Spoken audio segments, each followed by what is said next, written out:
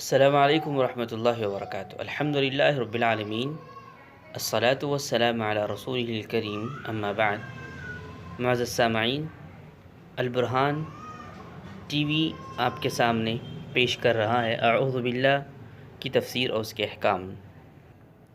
اللہ تبارک و تعالیٰ نے سورۃ الاعراف کے اندر ارشاد فرمایا، خذ العفو، یعنی درگزر کرنے کی عادت رکھو، بھلائی کا حکم کیا کرو اور جاہلوں سے منہ موڑ لیا کرو۔ اگر شیطان کی طرف سے کوئی وسوسہ آ جائے تو اللہ تعالیٰ سننے والے جاننے والے کے ذریعے پناہ طلب کر لیا کرو۔ اللہ تعالیٰ نے سورۃ المومنین کے اندر ارشاد فرمایا، ادفع باللتی، یعنی برائی کو بھلائی سے ٹال دو۔ ہم ان کے بیانات کو خوب جانتے ہیں۔ اسی طرح اللہ تعالیٰ نے سورہ حامیم سجدہ کے اندر ارشاد فرمایا، ادفع باللتی ہی احسن فاذا الذی، تم میں اور جس دوسرے شخص میں عداوت ہوگی وہ ایسا ہو جائے گا جیسے آپ کا دوست۔ یہ کام صبر کرنے والوں اور نصیب والوں کا ہے۔ جب شیطانی وسوسہ آ جائے تو اللہ تعالیٰ سننے والے جاننے والے کے ذریعے پناہ چاہو۔ اللہ تعالیٰ نے ان 3 آیتوں میں حکم فرمایا ہے کہ انسانوں میں سے جو تمہاری دشمنی کرے، اس کی دشمنی کا علاج تو یہ ہے کہ اس کے ساتھ سلوک و احسان کرو، تاکہ اس کی انصاف پسند طبیعت خود اسے شرمندہ کرے اور وہ تمہاری دشمنی سے نہ صرف باز رہے بلکہ تمہارا بہترین دوست بن جائے۔ اور شیاطین کی دشمنی سے محفوظ رہنے کے لیے اس نے اپنے لیے ذریعہ پناہ لینی سکھائی، کیونکہ یہ پلید دشمن سلوک اور احسان سے بھی قبضے میں نہیں آتا۔ اسے تو انسان کی تباہی اور بربادی ہی مزہ آتا ہے، اور اس کی پرانی عداوت بابا آدم علیہ السلام کے وقت سے ہے۔ قرآن فرماتا ہے، اے بنی آدم، دیکھو کہیں شیطان تمہیں بھی نہ بہکا دے، جس طرح تمہارے ماں باپ کو بھی بہکا کر جنت سے نکلوا دیا۔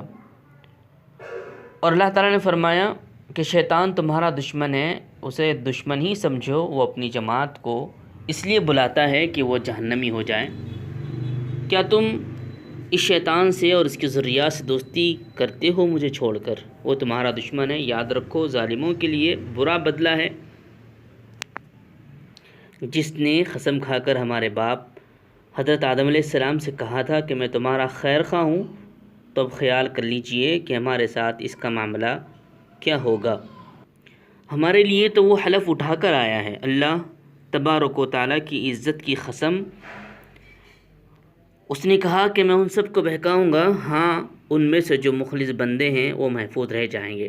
اسی لیے اللہ تعالیٰ کا فرمان ہے، سورہ نحل کے اندر اللہ تعالیٰ ارشاد فرماتے ہیں، فَإِذَا قَرَأْتَ الْقُرْآنَ فَاسْتَعِذْ بِاللَّهِ مِنَ الشَّيْطَانِ الرَّجِيمِ، جب قرآن کی تلاوت کرو تو اللہ تعالیٰ کے ذریعے پناہ طلب کر لیا کرو۔ لہذا اس آیت کی ضمن میں ہمارے سامنے یہ بات آتی ہے کہ قرآن کی تلاوت سے پہلے اعوذ باللہ من الشیطان الرجیم پڑھنا چاہیے۔ اسی طرح مسند ابو یعلا میں اللہ کے نبی صلی اللہ علیہ وسلم سے ایک حدیث ہم کو ملتی ہے کہ اللہ کے نبی صلی اللہ علیہ وسلم کے سامنے 2 شخص لڑنے جھگڑنے لگے، غصے کے مارے ایک کے نتنے پھول گئے۔ آپ صلی اللہ علیہ وسلم نے فرمایا، اگر یہ اعوذ باللہ من الشیطان الرجیم کہہ لے تو اس کا غصہ بھی جاتا رہے۔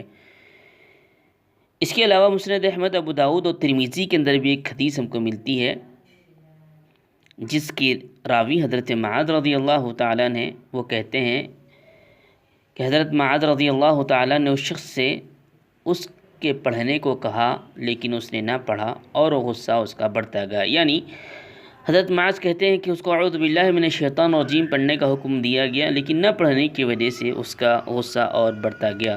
معزز سامعین، عام طور پر ہمارے درمیان بہت زیادہ چھوٹی چھوٹی باتوں پر غصہ آ جاتا ہے، لہذا ایسے وقت میں ہمیں چاہیے کہ شیطان کے وسوسوں سے بچنے کے لیے اعوذ باللہ من الشیطان الرجیم فوراً پڑھ لیا کریں۔ اعوذ باللہ من الشیطان الرجیم پڑھنا واجب ہے یا مستحب ہے؟ اسلامی نقطہ نظر سے یہ مسئلہ ہمارے سامنے آتا ہے۔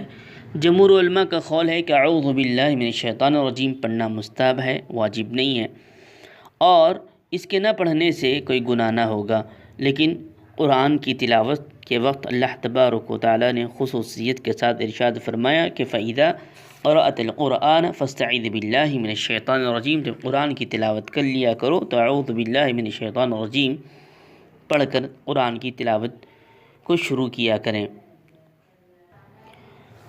سورہ بنی اسرائیل میں اللہ تعالیٰ کا ارشاد ہے ان عبادی لیس لک علیہم سلطان، یعنی میرے خاص بندوں پر تیرا کوئی غلبہ نہیں، رب کی وکالت ذمہ داری کافی ہے۔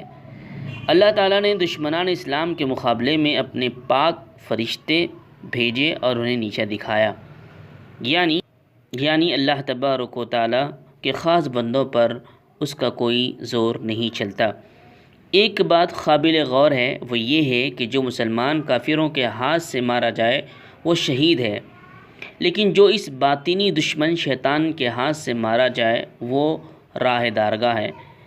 جس پر کفار غالب آ جائیں وہ اجر پاتا ہے، لیکن جس پر شیطان غالب آ جائے وہ ہلاک و برباد ہو جاتا ہے، کیونکہ شیطان انسان کو دیکھتا ہے اور انسان اسے دیکھ نہیں سکتا۔ اسی لیے قرآن تعلیم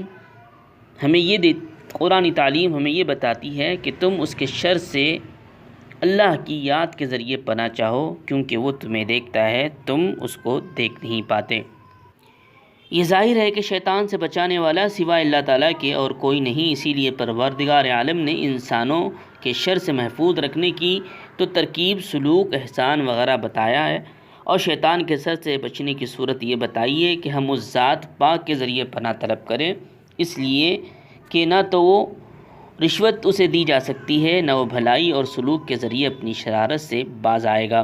اس کی برائی سے بچانے والا صرف اور صرف اللہ تعالیٰ ہے، لہذا ان باتوں کو سمجھنے کی کوشش کرنا چاہیے۔ معزز سامعین، شیطان جو لفظ شطنا سے بنا ہے، جس کا معنی ہوتا ہے دوری کے، کیونکہ یہ مردود ہے، انسانی طبیعت سے دور ہے، بلکہ ہر بھلائی سے بعید ہے، اسی لیے اسے شیطان کہا جاتا ہے۔ اس طرح اہل علم نے اور ایک لفظ کے ساتھ اس کو جوڑا ہے، وہ ہے شاطا۔ شاطا کا معنی آگ سے پیدا ہونا۔ اس کے ساتھ ساتھ اس کو رجیم کہا گیا ہے۔ رجیم کا معنی ہوتا ہے ہر بھلائی سے دور ہونا۔ اللہ تبارک و تعالیٰ نے سورۃ الملک کے اندر ارشاد فرمایا کہ ہم نے جو ستارے بنائے ہیں وہ شیطانوں کو مارنے کے لیے بنائے ہیں، یعنی ہم نے آسمانی دنیا کو تاروں سے زینت دی اور ہر سرکش شیطان سے بچاؤ کا ذریعہ بنایا۔ والا فرشتوں کی باتیں نہیں سن سکتے، وہ بھگانے کے لیے ہر طرف سے مارے جاتے ہیں۔ معزز سامعین، یہ کچھ باتیں جو اعوذ باللہ من الشیطان الرجیم کے تعلق سے آپ کے سامنے پیش کی گئی، اس کی مختصر طور پہ تفسیر اور اس کے احکام بیان کیے گئے۔ اس سے جو باتیں ہمارے سامنے